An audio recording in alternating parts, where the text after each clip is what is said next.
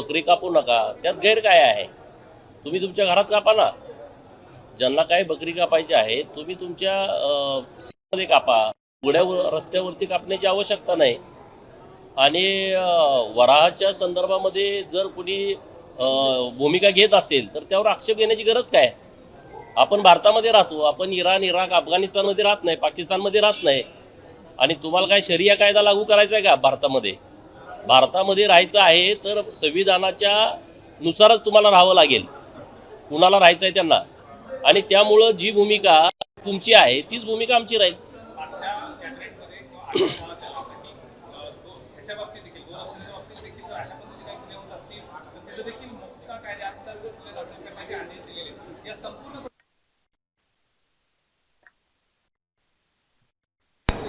नाही, गायीच्या संदर्भामध्ये माननीय मुख्यमंत्री देवाभाऊंनी भूमिका स्पष्ट केलेली आहे. जर कोणी हत्या करत असेल आणि तोच आरोपी वारंवार सापडत असेल तर त्याला मकोका लावावा. सरकारची भूमिका ठाम आहे. आणि त्यामध्ये जर कोणी गायींच्या बाबत जर अशा पद्धतीचं चुकीचं वर्तन करत असेल आणि गोहत्या करत असेल तर त्यांना कोठडीमध्ये जावंच लागणार. त्यांच्यावरती कडक कारवाई होणार, त्यांना कोणी वाचवू शकणार नाही. गोबंदी आहे, हत्याबंदी आहे. आणि म्हणून जर कोणी चुकीच्या पद्धतीनं याला दिशा देण्याचा प्रयत्न करत असेल तर जशाच तसं उत्तर देण्याच्या भूमिकेमध्ये आम्ही आहोत.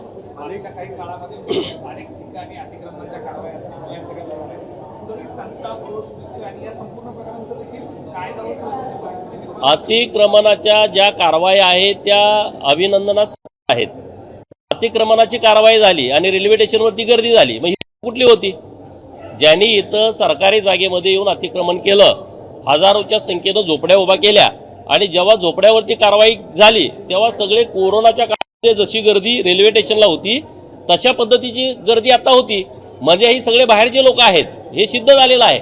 आणि त्यामुळं आणखी जिथं कुठं अतिक्रमण आहेत ती अतिक्रमण सुद्धा सरकार आणि महानगरपालिका काढल्याशिवाय राहणार नाही. सरकारची जागा म्हणजे कुणाच्या काय बापाची प्रॉपर्टी नाही, हे सगळ्या लोकांनी समजून घेतलं पाहिजे. जे देशाच्या विरोधामध्ये कारवाई करतात, भूमिका घेतात, राष्ट्राच्या विरोधामध्ये असतात, त्यांना अशा जागेतून हाकलूनच दिलं पाहिजे.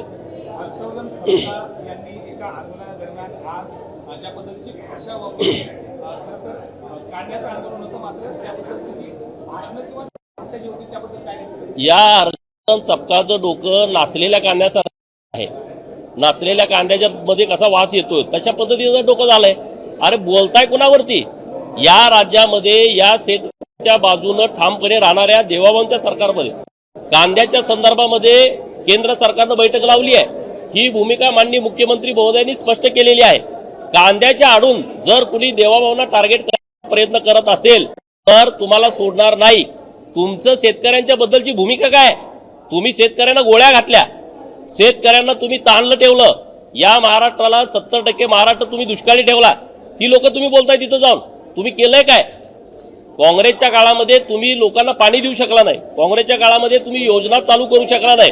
देवाभाऊंच्या नेतृत्वामध्ये अनेक दुष्काळी तालुके हे आता सुजलाम सुफलाम होत आहेत. त्यातलं उदाहरण मी आहे. माझा जत तालुका आहे जिथं 2-2, 3-3, 4-4 हजार कोटीची कामं आहे. टेंबूसारखं योजना जिथं 7,000 कोटीचं काम सुरू आहे एका योजनेवरती. मराठवाडा वॉटर ग्रीड योजना ज्या देवाभाऊंनी आणली आहे. समुद्रामध्ये वाहून जाणारं पाणी हे मराठवाड्याला देण्याचं नियोजन केलंय. नदी जोड प्रकल्प, मराठवाड्यातली धरणं एकमेकाला जोडतायत. अरे देवाभाऊ वॉटरमॅन आहे आणि शेतकऱ्यांच्या बाजूने ते आहेत. कांद्याच्या प्रश्नाच्या संदर्भामध्ये संवेदनशीलपणे राज्य सरकार आणि केंद्र सरकार योग्य मार्ग काढतंय. परंतु कांद्याच्या आडून जर कुणी अशा पद्धतीनं घाणेरडी वक्तव्य करणार असेल तर तुम्हाला मी ठोसल्याशिवाय राहणार नाही.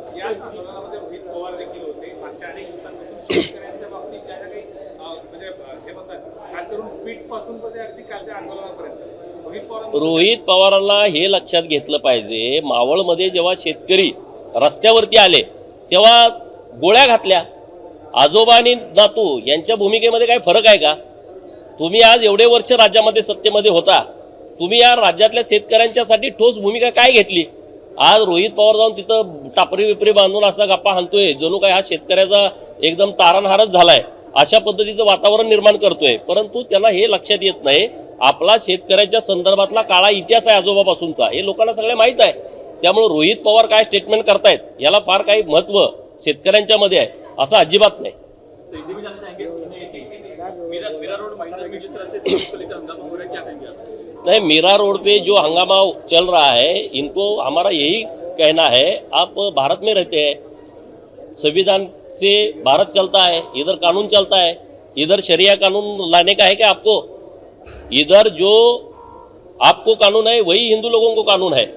और आप जो बकरी ईद के निमित्त में जो काम कर रहे हैं, रोड पे बकरियां काटना, तो आपके घर में करो लो, इसमें कोई हमारी दिक्कत नहीं है। लेकिन जो अभी महाराष्ट्र में माहौल चल रहा है, जो अतिक्रमण निकल रहे हैं, गवर्नमेंट हमारी महानगर पालिका हो या हमारा सरकार हो, तो इससे जो लोग बाहर से इधर घुसे हैं, अभी जिसका अतिक्रमण निकाला, जो लोग पूरे रेलवे स्टेशन पे थे, इतने लोग आए कहाँ से? ये तो लोग इधर के नहीं थे, ये सब लोग बाहर के थे, घुसपैठिए थे।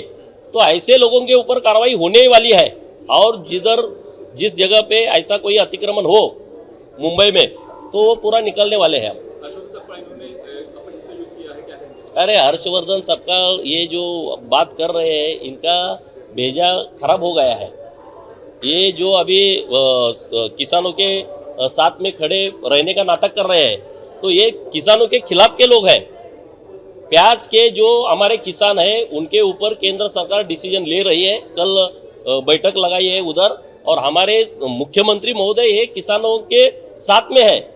किसानों के लिए जितना काम देवा भाव ने किया है, उसमें से 10% काम भी हर्षवर्धन के पार्टी ने नहीं किया है। तो मैं उनका निषेध करता हूँ। और देवा भाव के ऊपर बोलने के जो तुम बोल रहे हैं, तो अभी इसके बाद कोई ऐसा स्टेटमेंट किया तो महंगा पड़ेगा आप सभी लोगों को।